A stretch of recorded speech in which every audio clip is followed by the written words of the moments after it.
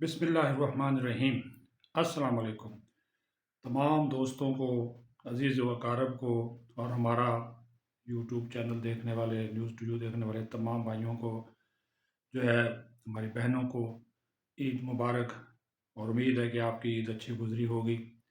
اللہ تعالیٰ آپ سب کی جو ہے وہ حفظ و امان میں رکھے، آپ سب کو برکت نصیب فرمائے، رحمتوں کا نزول فرماتا رہے، آمین یا رب العالمین۔ اب آج کا جو ولاگ ہے، کیونکہ عید گزر گئی بلکہ گزر رہی ہے، تو جناب عید کے بعد کیا ہوگا، یہ بڑا سوال ہے۔ اور اس سوال کے حوالے سے میں بھی، آپ بھی یہ جاننا چاہتے ہیں۔ ایک تو جنگ ہے، عالمی حالات ہیں، دوسرا پھر پاکستان کی قومی سیاست ہے۔ پھر آپ کو پتا ہے اپریل شروع ہو جائے گا، اور اپریل میں اپریل فول، بہت سے لوگوں کا اپریل فول بنایا جاتا ہے۔ کون اپریل فول بنے گا، کس کو بنایا جائے گا، یہ بھی ایک کہانی ہے۔ ہماری سیاست کا اونٹ کس کروٹ بیٹھے گا، یہ بھی ایک قصہ ہے، اور آپ کو اس میں دلچسپی بھی ہے۔ اور اس کے ساتھ ساتھ عمران خان کے کیسز کا کیا ہوگا؟ کیا عمران خان کے ساتھ جو پس پردہ دوبارہ رابطے شروع ہوئے ہیں، ان رابطوں کا اونٹ کسی کروٹ بیٹھے گا؟ کیا بشرا بی بی کے موکل دوبارہ حرکت میں واقعی آ چکے ہیں؟ یہ وہ تمام سوالات ہیں جس کا جواب ہمیں عید کے بعد لازمی طور پر مل جائے گا، لیکن بات پھر وہی ہے۔ ایک تو سب سے پہلے آپ کو یہ بتا دیں، کچھ کیسز عمران خان کے حوالے سے، توشہ خانہ بھی ہے اس میں، توشہ خانہ 2 190 ملین پاؤنڈ کا بھی ہے، سزاؤں کی معطلی کا بھی ہے۔ وہ کہا گیا تھا کہ 31 مارچ کو وہ لگ جائیں گے، لیکن ابھی تک اس حوالے سے کوئی کاز لسٹ یا اس حوالے سے آگاہی جو ہے وہ فری کین کو، یعنی کہ پراسیکیوٹر کو، اور جو دوسرے وکلا ہیں عمران خان کے، ان کو نہیں دی گئی۔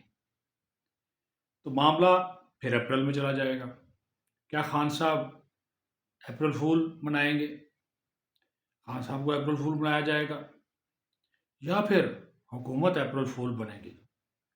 دیکھیے، پاکستانی سیاست جو ہے نا، اس کا رنگ ڈھنگ، ناز انداز سب نرالے ہیں، یقین مانیے، کوئی پتہ نہیں چلتا کب کیا ہو جائے۔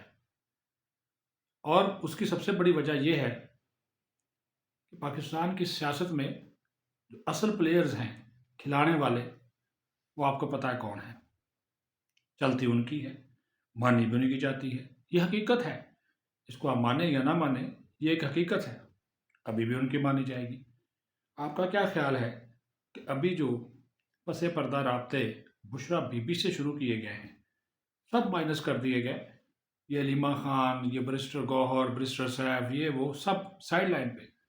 انہوں نے کہا جس سے خان صاحب کو پیار ہے، محبت ہے، جو خان صاحب کا مرشد ہے، اسی کے پاس کیوں نہ جایا جائے۔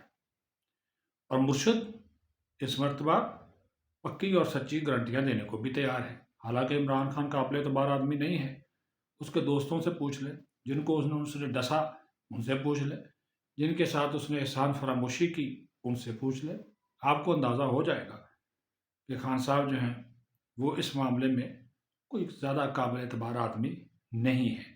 اس وجہ سے جنہوں نے بات چیت شروع کی ہے، وہ انہوں نے ان کے مرشد سے شروع کی ہے، تاکہ اگر کوئی نتیجہ نکلے تو مرشد کے ذریعے ہی نکلے۔ اور مرشد نے کہا ہے کہ آپ کا ریلیف راہ ہموار کر سکتا ہے۔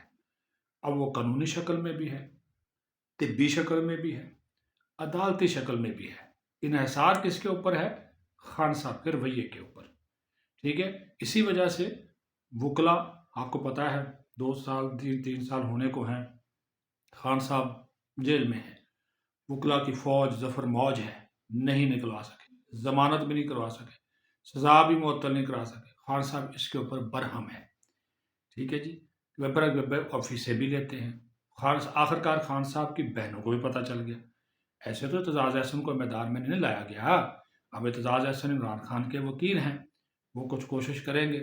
جج صاحب ہیں، جج صاحبان جو بھی ہیں، ظاہر بہت سے جج صاحبان ایسے ہیں جو کہ اعتزاز احسن سے بھی جونیئر ہیں، تو وہ بھی اب اپنا جو کھیل ہے اعتزاز احسن وہ کھیلیں گے. کچھ جج صاحبان بھی جو ہے وہ ظاہر شرم حیا کر جائیں گے. لیکن بات پھر وہی ہے، اصل پلیئر جو ہے جیل میں بیٹھا ہوا وہ ہے عمران خان. کیا وہ 9 مئی کی معافی مانگے گا؟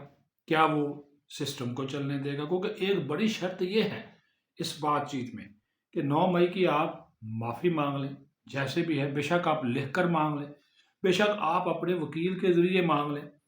اور دوسری شرط یہ ہے جو بات چیت، اور اچھا بے شک بشرا بی بی کے ذریعے مانگ لیں.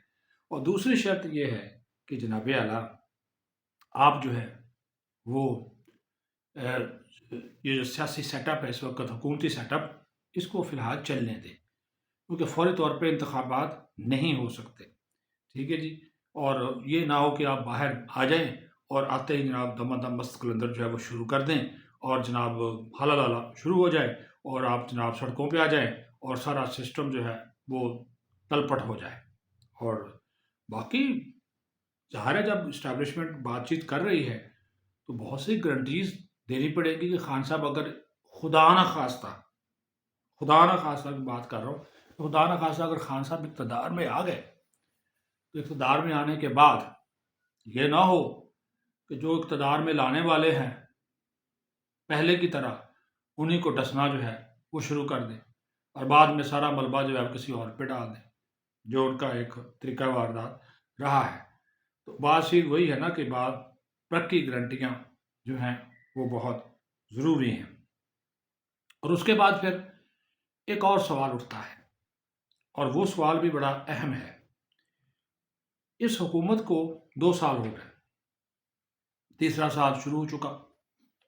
آپ نے دیکھ لیا معاشی صورتحال جو ہے وہ آپ کے سامنے ہے. مہنگائی کنٹرول نہیں ہو سکی، بے روزگاری کنٹرول نہیں ہو سکی، غربت کنٹرول نہیں ہو سکی، سماجی شعبے کی ترقی نہیں ہو سکی، اور معاشی اشاریے بھی بہتر ہونے کے دعوے تو ہوتے رہے لیکن معیشت جو ہے وہ پاؤں پر پوری طرح کھڑا نہیں ہو سکی.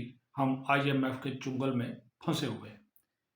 تو جناب اعلیٰ ملک اللہ کا شکر ہے جیسے تیسے بھی ہے چل رہا ہے. اور اگر یہ ایران جنگ جو ہے وہ طوالت اختیار کرتی ہے تو پھر حالات جو ہے یہ کسی اور طرف بھی جا سکتے ہیں. اس کے اوپر بھی گہری نظر رکھنے کی، فیصلہ سازوں کو، پالیسی سازوں کو گہری نظر رکھنے کی ضرورت ہے. اور اس میں بھی وزیر اعظم شہباز شریف کی نیت پہ کوئی شک نہیں ہے. وہ کوششیں کر رہے ہیں، وہ اقدامات اٹھا رہے ہیں. اور ان کے ساتھ آپ کو پتہ ہے کہ ہمارے جو فیلڈ مارشل ہے، چیف آف ڈیفنس فورسز سید آصف منیر صاحب، وہ بھی ان کے ساتھ جتنا بھی مدد کر سکتے ہیں وہ کر رہے ہیں. ہم سعودی عرب سے ادھار پہ تیل لے رہے ہیں. بہت سے ممالک کے پیسے ہمارے ریزرو میں پڑے ہوئے ہیں جو کہ ہمارے نہیں ہیں، ان کے ہیں، لیکن ہم نے اپنے ریزرو مضبوط دکھانے کے لیے رکھا ہوا ہے کہ جناب وہ پیسہ چین ہے، وہ UAE ہے اور بڑے دوست ملک ہیں. لیکن ظاہر ہے ہر بندے کا جب آپ کسی سے اس طرح کی مدد لیتے ہیں تو ان کے بھی کچھ تقاضے ہوتے ہیں. اب سعودی عرب کے ساتھ ہمارا ایک دفاعی معاہدہ ہے اور سعودی عرب کے ساتھ ہم جو ہمارا دفاعی معاہدہ ہے وہ سعودی عرب کی سلامتی، سالمیت اور ان کی خود مختاری کے تحفظ اور دفاع کا ہے. اسے ہم جان نہیں چھڑا سکتے اور اس کے بدلے میں ہمیں کیا ملے گا وہ اس معاہدے کی بہت سی شقیں ایسی ہیں جو کہ ہم اسٹریٹجک ایشوز کی وجہ سے یہاں پہ ذکر نہیں کر سکتے. لیکن پاکستان نے اس وقت ایک ذمہ دارانہ کردار ادا کرنے کا بھی سلسلہ شروع کر رکھا ہے اور وہ یہ ہے کہ جنگ یہ جو ایران والی ہے یہ زیادہ طوالت اختیار نہ کرے. اور ایران سے بھی پس پردہ ہم یہی کہہ رہے ہیں کہ جناب آپ امریکہ اور اسرائیل سے لڑیں لیکن یہ جو خلیجی اور عرب ممالک ہے ان کو نہ نشانہ بنائیں. ایران آگے سے وہی بات کرتا ہے کہ جناب ہم تو جو امریکی مفادات اور امریکی اڈے ہیں ان ملکوں میں ان کو نشانہ جو ہے وہ بناتے ہیں. بہرحال یہ کوششیں جو ہے وہ جاری ہیں. ایک اور جو پوائنٹ ہے وہ ہے ہماری وہ سالمیت اور سلامتی کے لیے بڑا اہم ہے، اور اس کے اوپر کسی قسم کی کوئی سودے بازی، کسی قسم کا کوئی جو سمجھوتا ہے، وہ مشکل کا لفظ یا ناممکن کا لفظ چھوٹا ہے۔ وہ جناب، وہ جو ایک عمران خان لفظ بولا کرتا تھا ایبسولوٹلی نوٹ والا، یہ ایبسولوٹلی ناٹ والی بات ہے، وہ ہے پاکستان کا ایٹمی اور میزائل پروگرام۔ اب آپ یہ اندازہ کریں، اب آپ کو اس چیز کا اچھے طریقے سے معلوم ہے، یہ دیکھیں کیسی دو نمبری ہے، دوگلی پالیسی ہے، کہ یہ جو ایک ہندو خاتون ہے، جو کہ ان کی انٹیلیجنس کی جو ایجنسی ہے، وہ ادارہ ہے ان کا انٹیلیجنس کا، اس کی وہ ڈائریکٹر ہے تلسی گبارڈ۔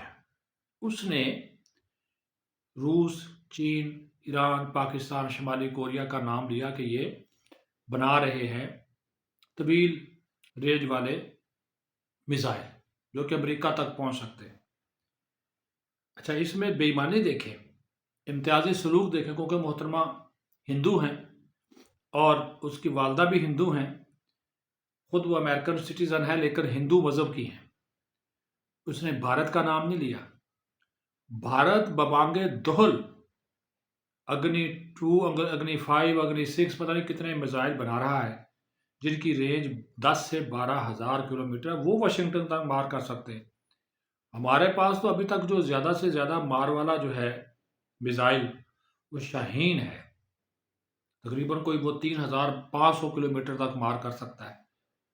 تو امریکہ تو ہم سے کئی ہزار کلومیٹر دور ہے، وہ تو امریکہ پہنچ نہیں سکتا۔ تو یہ بے ایمانی کی اس نے، انڈیا کو بچایا، اس کا نام نہیں لیا، اور یہ ہمیں قبول نہیں۔ اسی وجہ سے پاکستان کے عسکری حلقوں نے، پاکستان کے سفارتی حلقوں نے امریکہ کے اس بیان کو یکسر مسترد کر دیا، اور ان کو کہا کہ بھائی جی، انڈیا اور پاکستان کو آپ برابر کی آنکھ سے دیکھیں، یہ ایک آنکھ سے نہ دیکھیں کہ یہ ایک آنکھ آپ نے بند کی ہوئی ہے، جو آنکھ انڈیا کی سائڈ پہ ہے، وہ انڈیا کی جو ہے آپ نے بند کی ہوئی ہے، انڈیا والی سائڈ کی جو آنکھ ہے اپنی، تو یہ قابل قبول نہیں ہوگا۔ اور یہ ہم نے بتایا ہوا ہے کہ ہمارا ایٹمی اور میزائل پروگرام انڈین سینٹرک ہے، بالکل ہے، ہمارا روایتی دشمن ہے، ہمیں اس سے خطرہ ہے، اور وہ پنگے بازی کرتا رہتا ہے۔ ہمارا اس کے علاوہ کسی سے کوئی جھگڑا ہی نہیں ہے، کیا کسی اور ملک کے ساتھ، امریکہ کے ساتھ ہمارا کیا جھگڑا ہے؟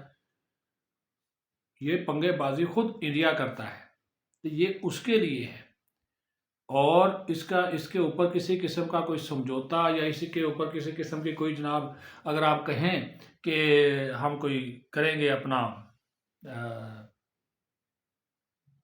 سمجھوتا کریں گے، پیچھے ہٹیں گے، اپنے آپ کو پیچھے لے کے جائیں گے، تو انہوں نے وہ بالکل آپ کو بتا دیں کہ ایسا نہیں ہوگا۔ ہم نے انڈیا کی ناک کی لکیریں نکلوائی ہیں مارکہ حق میں، تو آج بھی روتے ہیں ان چیزوں کو کہ جناب یہ دیکھیں یہ کیا ہو رہا ہے۔ اور اس چیز میں آپ کو ایک اور چیز بھی بتاؤں، ایک اور چیز بھی آپ کے نالج میں اضافے کے لیے بتا دیتا ہوں۔ جتنی بھی یہ کوششیں کر رہے ہیں انڈیا والے چوری چھپے، یہ میزائل اور ایٹمی پروگرام کی وسعت اور یہ وہ سب ہماری نظروں میں ہیں، پاکستان کی نظروں میں ہیں، پاکستان کے انٹیلیجنس اداروں کو پتہ ہے، پاکستان کے سیکورٹی اداروں کو پتہ ہے، پاکستان کے سلامتی کے اداروں کو پتہ ہے، اور اس کا ہم اس سے بہتر توڑ جو ہے وہ بنا چکے ہیں، یہ بھی آپ کو بتا دیں۔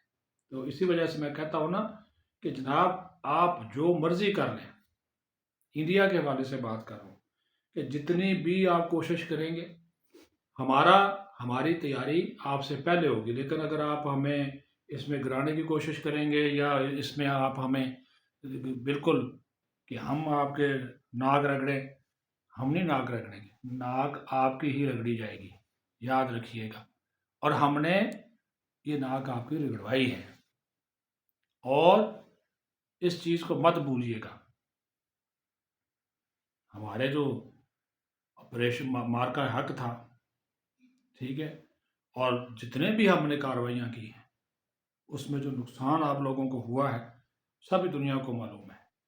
تو ہمارے ساتھ نہ امریکہ دو نمبری کرے، انڈیا کو تو ہم بالکل ہی شرطہ نہیں کرنے دیں گے، نہ دنیا دو نمبری کرے۔